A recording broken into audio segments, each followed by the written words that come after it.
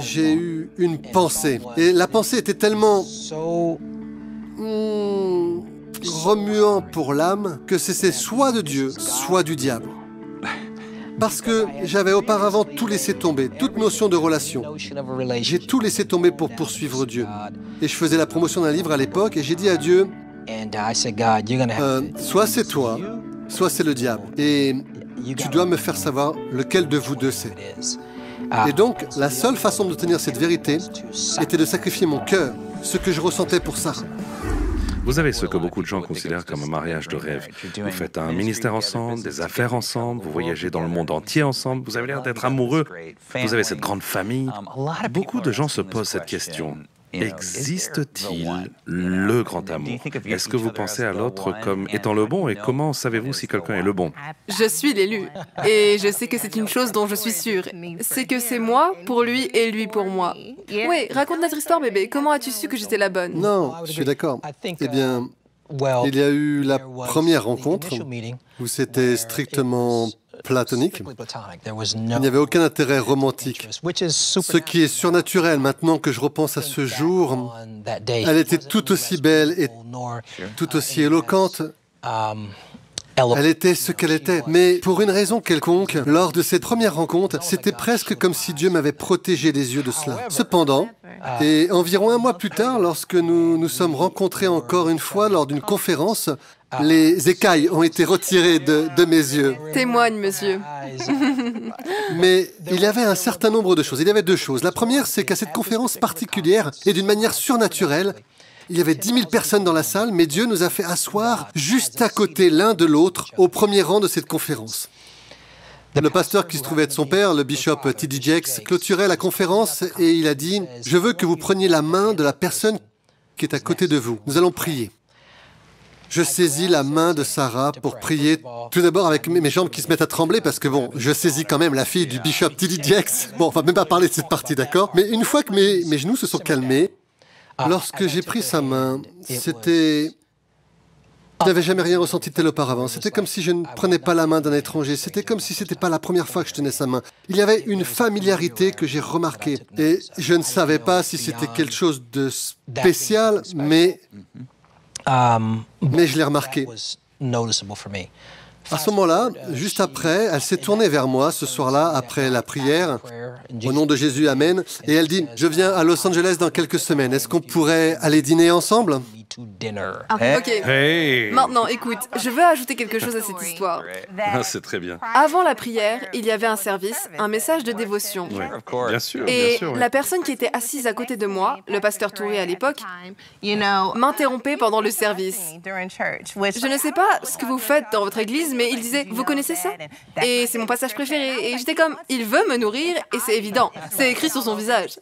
Et donc, quand on a eu ce moment où on se tenait la main, et ça a été le cas, c'était différent. Ce n'était pas comme cet étrange maladroit aux Donc mains peut-être moites. qu'il y a eu un petit flirt juste avant ça, juste un petit Vous peu. savez, je ne peux pas ni confirmer, Assume-le, ni nier. accepte-le. Ah, je sais pas quelle est la réponse. Il peut y avoir eu quelques étincelles. Donc, je l'ai fait. J'ai vraiment envoyé ma balle à la fin de la prière, mais je savais qu'elle allait rentrer. J'étais LeBron James quand je fais ce tir, Ah ouais. et je savais que c'était clair, comme rien d'autre. Et maintenant, regardez-nous, assis ici, faisant le travail du Seigneur ensemble. Qui le savait? Amen. Non, mais Amen, il ne faut le pas Seigneur oublier savait. aussi. Oh, notre premier rendez-vous. Ok. Parce que la date, vous savez, la date...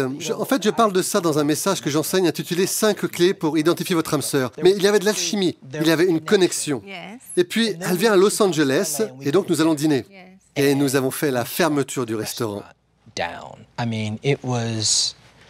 Je ne m'étais jamais senti plus en accord avec ma vision de Dieu, avec ce que mes expériences précédentes m'avaient appris. Je veux dire, c'était un échange profond. Et ensuite? Et puis, après avoir fait la fermeture du restaurant, je suis allé chez moi et sur le chemin, j'ai eu une pensée. Et la pensée était tellement remuant pour l'âme que c'était soit de Dieu, soit du diable. Parce que j'avais auparavant tout laissé tomber, toute notion de relation. J'ai tout laissé tomber pour poursuivre Dieu. Et je faisais la promotion d'un livre à l'époque et j'ai dit à Dieu, soit c'est toi, soit c'est le diable. Et tu dois me faire savoir lequel de vous deux c'est. Et donc, la seule façon d'obtenir cette vérité était de sacrifier mon cœur, ce que je ressentais pour Sarah. Et je l'ai fait avant de m'endormir. Au milieu de la nuit, le Seigneur me réveille et il me dit clairement, « Cela vient de moi et c'est ta femme. » Et je l'ai appelée à 4 heures du matin. C'était avant qu'elle soit une personne du matin. Je l'ai appelée à 4 heures du matin et je lui ai dit que je crois que tu seras ma femme. D'abord, je voudrais dire que je suis le genre de gars que si vous venez me voir après un rendez-vous avec quelqu'un et que vous me dites que c'est votre femme, je vais vous réprimander, d'accord? Nos enfants ne pourraient jamais. Même à ce jour, nous dirions hypothétiquement, ce n'est pas vrai. Mais je l'ai vécu et je l'ai appelée et ça a résonné en elle. Est-ce que je peux juste vous demander, parce que vous l'avez passé en vitesse et peut-être que vous ne vous en souvenez pas, alors j'espère que vous vous souvenez, mais vous avez dit quelque chose comme 5 clés pour savoir si quelqu'un est votre âme sœur. Est-ce que vous pouvez le faire à la vitesse YouTube, comme donnez-moi ces 5 choses? Oui, les 5 clés. Tout d'abord, l'alchimie. Je pense que si Dieu amène quelqu'un dans ta vie, il va y avoir une alchimie. Mais tu peux avoir une alchimie avec quelqu'un qui ne sera pas forcément la personne à qui tu finiras tes jours. Donc, tu dois arriver à la connexion. La connexion, c'est quand tu te dis, attends, c'est au-delà de l'alchimie. Je me sens connecté à toi. Je sens que notre relation est faite pour durer, mais ce n'est pas tout, car parfois la codépendance peut vous faire ressentir cela. Donc la troisième étape est la complétude. Suis-je suffisamment entier par moi-même et satisfait d'être seul pour savoir si ce que je ressens est du véritable amour ou de la codépendance? Et la quatrième étape est... Waouh, ça fait longtemps que je n'ai pas enseigné ça. Donc la quatrième, c'est le sens du but. Je ne crois pas que Dieu mette des gens ensemble sans un but précis. Cela ne veut pas dire que vous allez devenir un couple de prédicateurs et tout ce genre de choses, mais peut-être pas, mais il y a un but dans lequel cette autre personne est connectée à la vôtre et vous êtes connecté à la sienne. Et le plus important, le 5e point, est la confirmation divine. Vous avez besoin d'une parole de Dieu sur cette personne. Et si c'est la bonne personne, attention, vous ne devez pas manipuler la parole. Dites pas, Seigneur, si je vois une voiture avec 4 pneus, alors c'est la bonne. Non. Vous avez besoin d'une parole de Dieu et qu'elle soit confirmée. Ce sont les 5 clés. Shalom, j'espère que vous avez aimé cette vidéo.